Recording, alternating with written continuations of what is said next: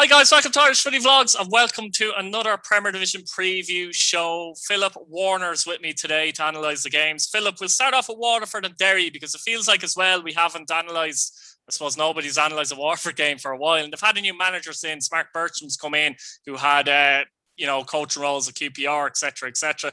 It's another manager who's come in, I suppose, if you like, from abroad with a bit of a reputation, if you like, but you know, the last few managers, you'd argue, didn't go well for Waterford, particularly the last one. I didn't warm to John Sheridan, but he was doing an okay job.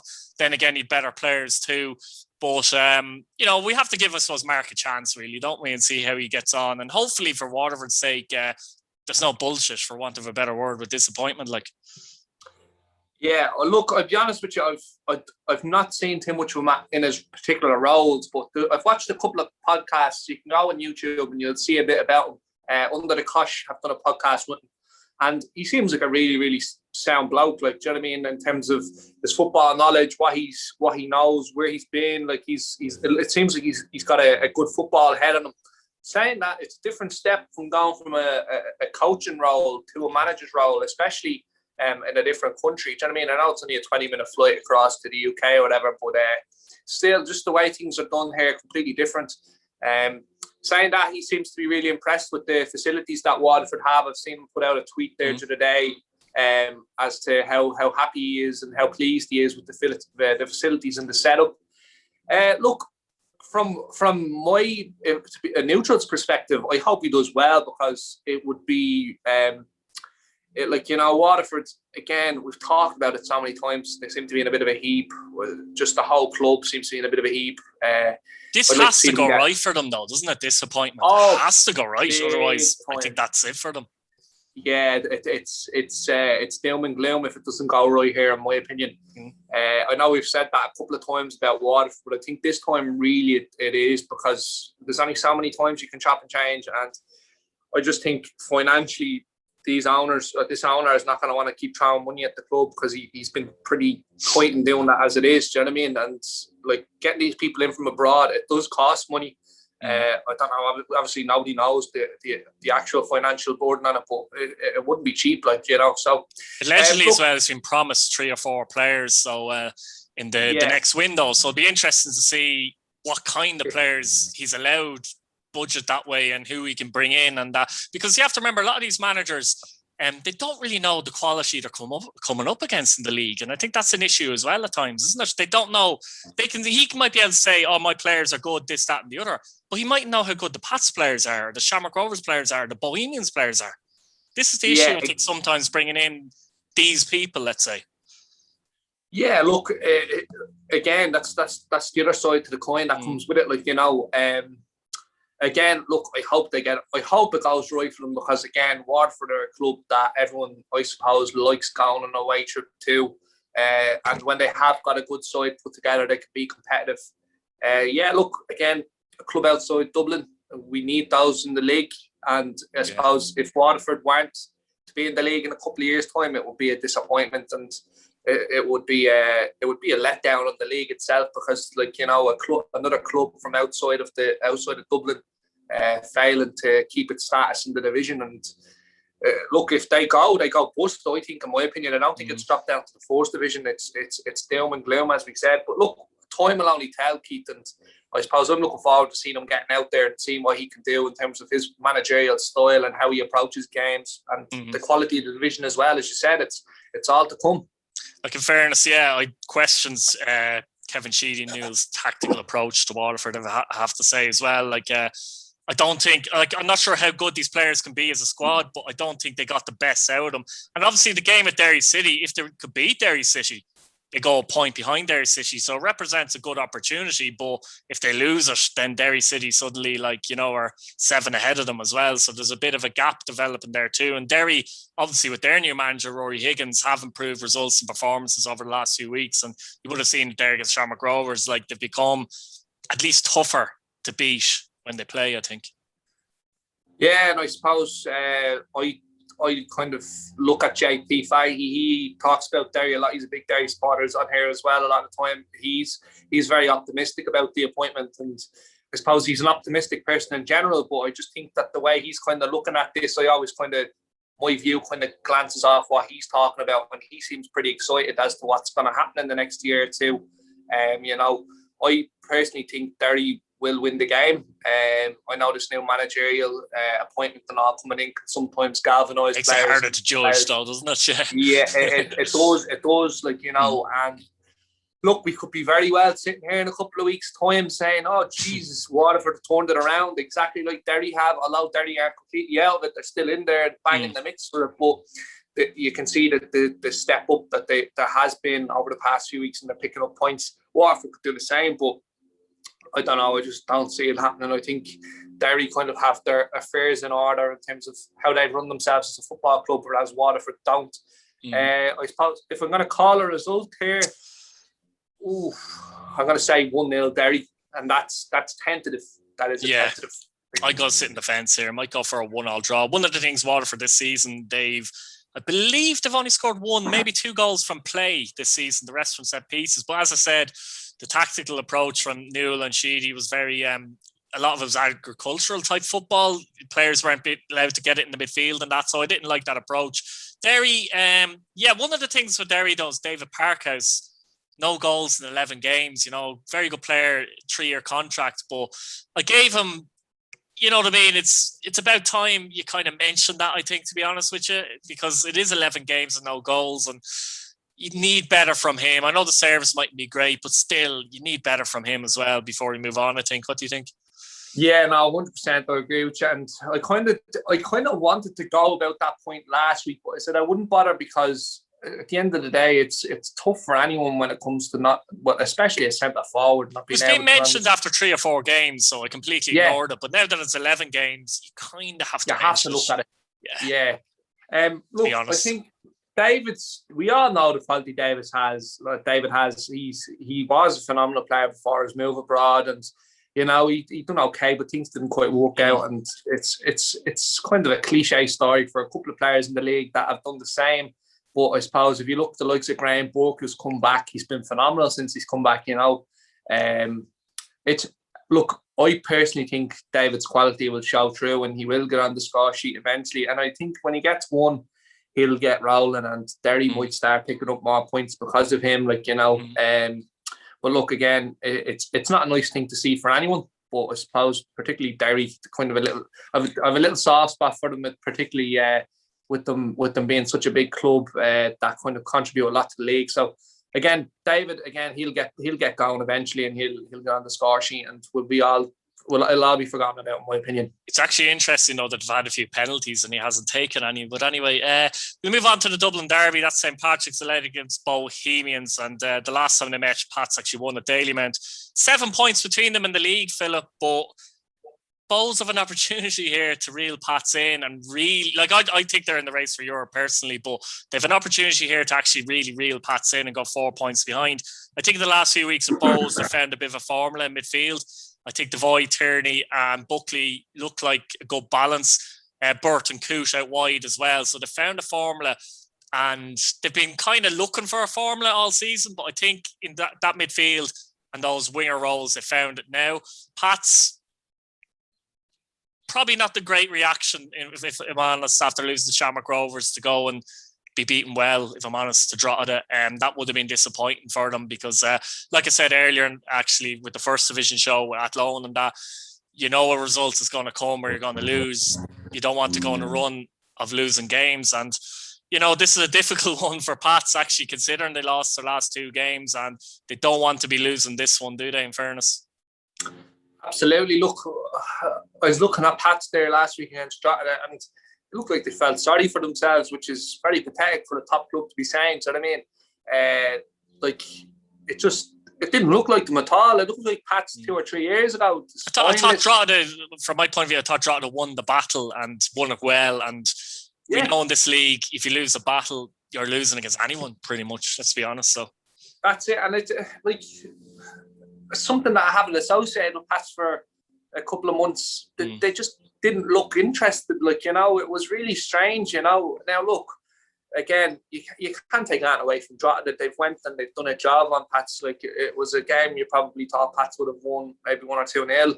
Although Drogheda have been hard to beat, especially up there in the head of the game park. But it was a complete surprise. Like, you know, and as it says, for any team, there's no feelings in football, you know, when it comes to results and getting points on the board. And like, just because it just looked like they weren't there. And if you're not there, as you said, there's what you've just pointed out. If you're not going to win that fight, you're not going to win any game. I think you'd be concerned there that one defeat, i.e. the Shamrock Rovers defeat, and confidence suffers. That's the worry. But in the Bows game, I suppose they've a chance to prove that's not the case, I guess, you know, that side of it. Yeah. But it's a big game in that regard as well, isn't it?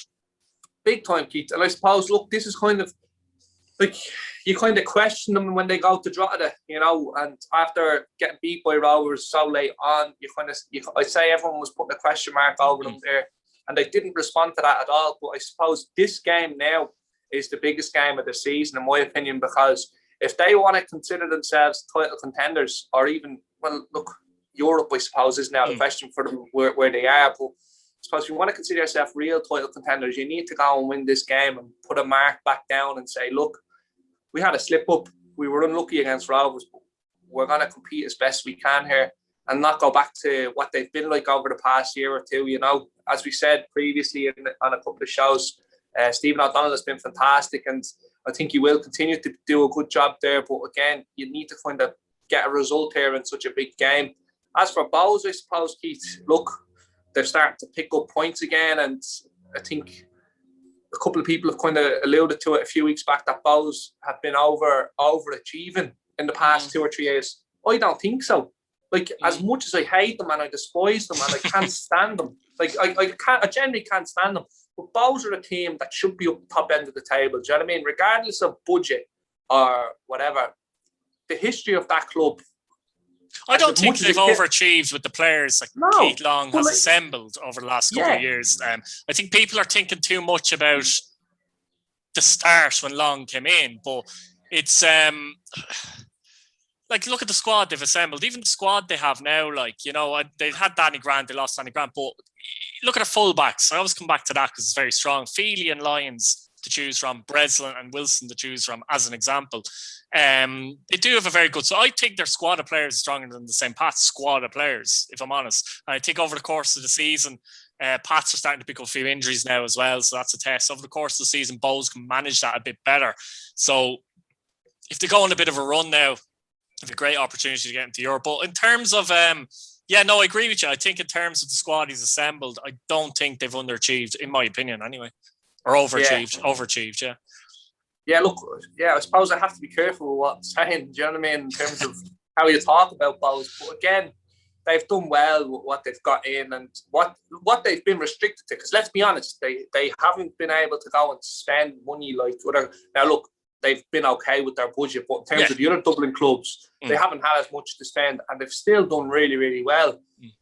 Considering where they were maybe 8 or 9 years ago, you know, maybe a bit closer to where we are now. But look, again, it's going to be a really, really tight game, and I'm looking forward to it. It's going to be another cracker, in my opinion.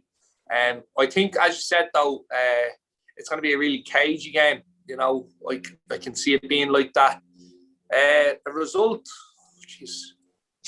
just off the top, like I can't actually call it, to be honest with you. What I do want is I want the Bows result, but simply off the fact that can get that gap further for Rovers if Rovers go and do a job. But again, I'd say maybe a 1-1 draw, score draw maybe. Yeah, I think a draw as well. I have a feeling though Bows won't lose this. Earlier in the season when they met at Dalymount Park, I was the opposite. I had a feeling Pats weren't going to lose it no matter what happened, but I've kind of switched over this time. It's just the way, I don't know, just the form and that. I think it'll be a draw. I think, Bows could nick it easily either. I'm not too confident Pats will win, if I'm completely honest. And moving on to Dundalk and Shamrock Rovers at Oriel Park. And obviously Dundalk had a go at them last week, I thought rightfully so. 2 wins in 11 games. Massive budget, the biggest wage bill in the league. They're 16 points behind Shamrock Rovers as we speak, which is ridiculous. But there's a sense if anyone is going to actually beat Shamrock Rovers, it could well be Dundalk, because they're that type of team. They could just come out and everything will go right because they have the players to do it. This is the thing. But they haven't had the cohesion, I think. I'd question the efforts of some of the players in the last few weeks, particularly after that incident up in Belfast. They had an opportunity to kind of stick it to people against Harps, in which they didn't. So I don't know. I mean, it's a difficult one.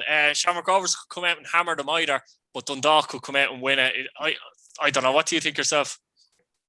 Look, again, would Dundalk worry you more than any other team at the moment on a one-to-one basis? No. No. Look, I suppose you look at the noise that's been going on this year, and look, massive respect for what Dundalk have done over the past few years. But I just, as a Rovers fan, I love to see what's happening to them, because we were in those shoes not so long ago with a lot of Irish players that didn't give a damn about how the club was going and where it was going, you know. And I think Dundalk are in that position now where they've got a lot of people on big wages that just don't give a damn, like they just don't care. And look, you have to have a bit of sympathy, but again, I'm delighted the way it's gone for them, just because. Like you feel like out of all the clubs, probably they have to get into Europe. Like, what if they don't get into Europe? What happens there? Like, they've got these players on big wages, but they're also on contracts. Their contracts don't end at the end of the year, so they can't just release them simply. So it's a problem doing that as well. You're taking a serious risk there by what they're doing. Well, look, I suppose I'll kind of jump into your boots at the minute and ask you a quick question. You think they'll get into Europe the way they're playing this year? Probably not at the moment. I'd fancy, like, Bows are only 3 ahead of them, but I'd fancy Bows more than them. And, you know, they still have a lot to do to finish above Pats and Sligo. I think they need them to be a disaster to actually finish above them. So it's highly unlikely. And then if they do lose the Shamrock Rovers, that's another nail in that coffin. So, yeah. Look, I suppose we can turn around, Keith, here now and say, from this point, Dundalk nearly need to win 95% of their games to get into Europe. 2 wins in 11 for Dundalk. If you think about that for a second, 2 wins in 11, it's a disgrace, isn't it? Yeah, if you said that at the start of the season, you'd have been laughed at and you'd have been like, Jesus, what's this fella's talking about? Like, like you thought you were mad. Like, look, again, it's their own fault, in my opinion. I think the way they've ran the club, as Stephen Bradley said, the tea lady was picking the team at one stage, and I still think there's that. By the way, that's another thing I haven't touched on. They still don't have a manager. Yeah, it's just a shambles, and you kind of feel a little bit for the fans, but just a little bit, just a little bit, like, because at the end of the day, they've been so successful and so dominant in the last 7 or 8 years. But doesn't it prove as well? Go back to prove, though, that I know Dundalk have had a budget and that people said, they've had the budget, but it's not about the money all the time either, because they still have the money. It's not as if they've lost the money all of a sudden and they've had to sell a load of their players and they're useless. Or, you know what I mean? They still have the money. Like, money is great. Money is fantastic. It could help you. But all the planning and everybody needs to be literally on the same page. And I don't think they are. They want a yes man in charge, as far as I'm concerned. They had it in Filippo, to be honest. And they're looking for another one again. It just shows, like, their squad is much better than St. Pat's, to be honest with you. They're 10 points behind St. Pat's, you know, as an example. It's just not good enough for me. Yeah, and look, in my opinion, I just think that it is gonna go belly up, you know. You've seen it before. I've seen it before. Yeah, exactly. It's happened with plenty of clubs, and it'll happen again in the future. I think Dundalk will be just another statistic to this sort of illusion, like, you know, of what happens. Look, it's a difficult thing to kind of try and reverse it. Not many clubs can reverse it when it's such a steep decline and it's not over a kind of couple of years. I mean, I know they didn't win the league last year, but they still won the cup, and you thought they might bounce back. Like, I personally think the biggest thing they did was, the biggest mistake they did was bring in Filippo. You know, I thought they should have gave him more. They should have given Vinnie Perth more time. Like, I think the issue with Vinnie Perth, though, he wasn't a yes man. That's the problem. Do you know what I mean? That's the problem, yeah. And I think that's it all comes down to arguments within the club about certain things, etc. Not everyone's on the same page. It just doesn't work. Yeah, exactly. Look, and I suppose we've talked a few minutes about Dundalk and how they've done. Like, Rovers are the polar opposite. Like, do you know what I mean? In terms of what they've done and where they're going. Look, I always talk about how well Rovers have done. I won't allude about it too much. I suppose if we're going to talk about the game, Keith, with the way things have gone over the past couple of weeks, you can't look past the Rovers win, in my opinion. I know they didn't get free. You're all right. I know they didn't get the results against Derry last week, and like we had plenty of chances to win the game, but we were kind of a bit fortunate. But overall, before that, I just think we've been absolutely brilliant. Not in terms of the football we've played, but getting results. Attitude. Like Shell, attitude and determination, not giving in, constant fire in your belly to win games. And I just don't see any of those characteristics in Dundalk, so I personally think Rovers will win the game. I don't think it will be a game where they'll go and win 2 or 3-0. I just don't think that'll happen. Dundalk, big club for now, I suppose, but won't lie down. Again, look, with these mercenaries so-called mercenaries that we're talking about, maybe they need a game like this. Maybe they need a massive game and will step up and will get a result, but I just don't see it happening. That could be the thing with them as well. They could be the type of players, like I was thinking when they're in Europe as well, they might want to perform in Europe type thing. But when it comes to Finn Harps and Ballybuffet or whatever, they haven't got the guts for it. But yeah, no, 100%. Like I have to say Shamrock Rovers should win this as well, because the polar opposite with the attitude and work rate and desire and all those things to win. Dundalk, can they change that for this game? I'm not so sure. So for that reason, got to go Shamrock Rovers. If you know what I mean, they have to win it in that kind of way. But anyway, on to Finn Harps and Drogheda United in Ballybuffet, and Finn Harps are 5th in the league. Drogheda are 4th in the league, and a lot of people would have tipped both teams potentially to finish 9th and 10th. I know Longford as well, but some people might have tipped, one or both teams to finish 9th or 10th. Harps have been excellent, in fairness. I thought they should have been 2 or 3 up at half time against Dundalk the last day, and they ruled that. McNamee was brilliant again, brilliant goal as well, but just so difficult to beat. A couple of injuries, so Siddiqui was missing the last day. I'm not sure if he's missing the next day or not, but they can't afford a few injuries really in certain positions. But Drogheda, in fairness, have been fantastic. The one thing that could be key in this game is that Gary Deegan's out suspended, and he just leads by example in every game like they play and gets the best out of everyone around them. Didn't quite happen to Shelbourne, but I tell you, it's happening for him at Drogheda. Yeah, look, Keith, you've been to most games. What an asset they've gotten him. Like, what an asset. Like, I seen him against Rovers, and he was just so professional. I won't talk too much about it because we've spoke about this before, but what a character to have around your football club when you're playing like he's been playing, and the attitude. I can tell you one thing.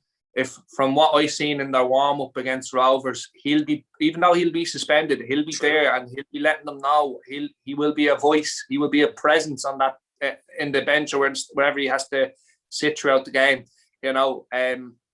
Look, Drogheda, massive respect for what they've done. Like, do you know what I mean? They're such a hard team to beat, and not too many teams like come up recent times and have done what they've done. Like, some of the results have been fantastic, and even some of the games that they lost, like, you know what I mean, like as an example, the Shamrock Rovers one there, like it's been nearly 50-50 as such. So when they've lost, they've been unlucky in some games. So they've 16 points, and some would argue they could have more, which is a testament to their you talk about character, attitude and work rate and fight and all that stuff. It's there in abundance, but they've some good players too, the likes of Connor Kane there and James Brown, Mark Doyle, they've some good players. Daniel O'Reilly has been a revelation since moving from Shelbourne, which he couldn't get a game, which I couldn't believe personally, because he was brilliant at Finn Harps before that. So look, they have good players there as well.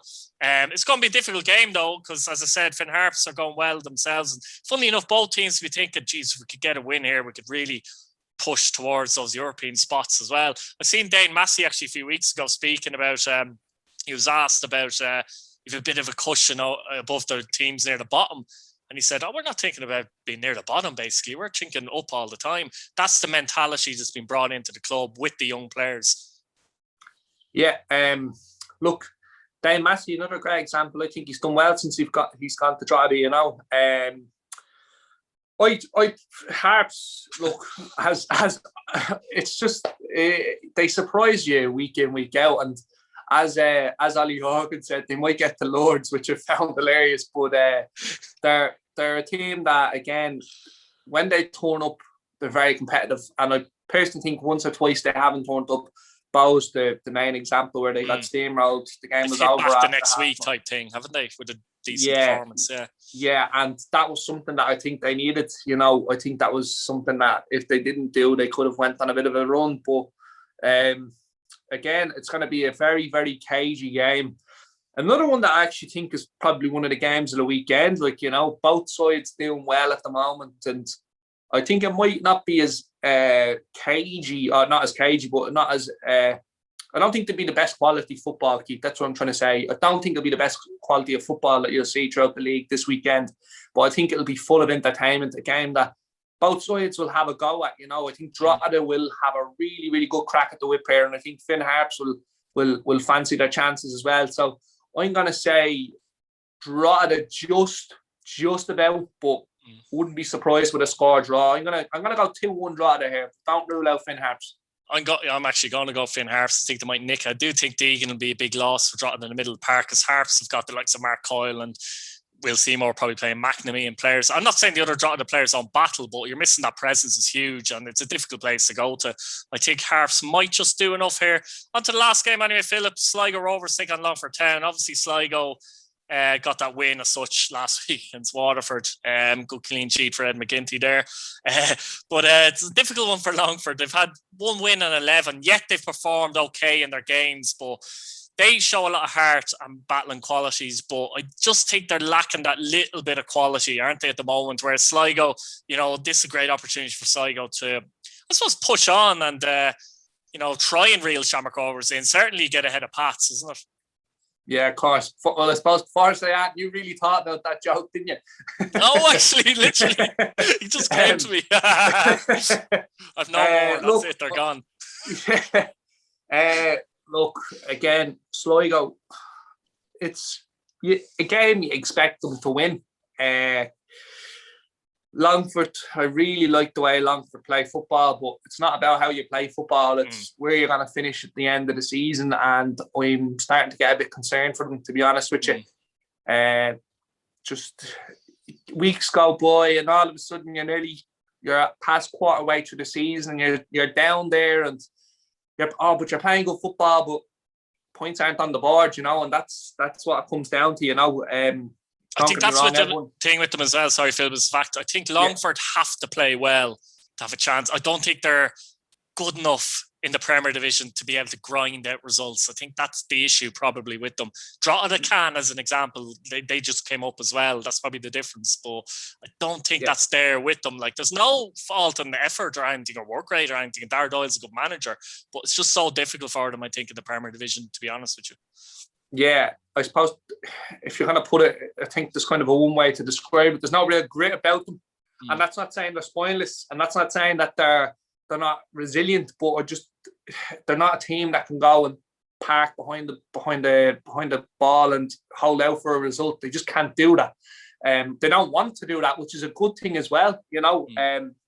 But I suppose that can be like, you can create your own downfall with that, and it looks like Longford have been doing that so far this season. Look, they could turn around and knock one out of the park and go and put in a 10-star performance, and they could go get a result against Sligo, but I just don't see that being the case. I think Sligo, look, they had a fantastic start, and they did drop points there a couple of weeks back where you're kind of saying, oh, geez, that's a game they probably should be winning if they want to compete in Europe. But I just think the demise of other clubs, Dundalk, etc., around them, gives them a really good chance. Dundalk was huge psychologically. Yeah, I thought, actually.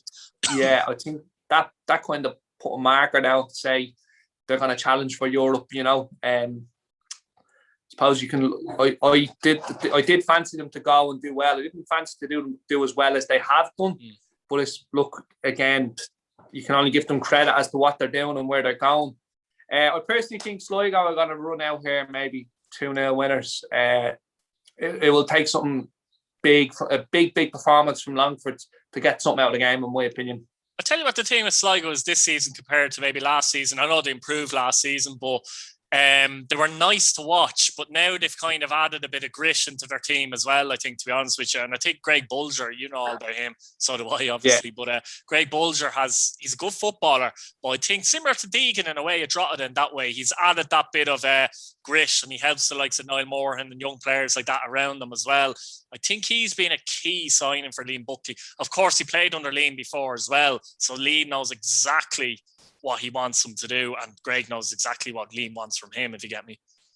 Yeah, look, I'll be honest with you about Greg. Used to really, really like him, but I suppose the only thing I'll say about him now, he's a decent footballer and nothing else. We won't go into all that sort of thing. That's a talk for a different day, but I suppose he's done what they've wanted him to do. And look, I don't really want to talk much about him, but he's done a good job, and he's the thing that Sligo have needed, and you can't see that coming through. But as it says, a good footballer, and that's it. Absolutely. So you're saying Sligo? Yeah, Sligo 2-0. Sligo 2-0. Yeah, I can't disagree there. I think I'll go Sligo 2-0 as well. Right, guys, let us know what you think in the comments. Subscribe if you're new. Hit your bell notification button so you don't miss a video. And cheers again. Philip, brilliant stuff. Keith. Excellent. Cheers, fair play to you. Great stuff.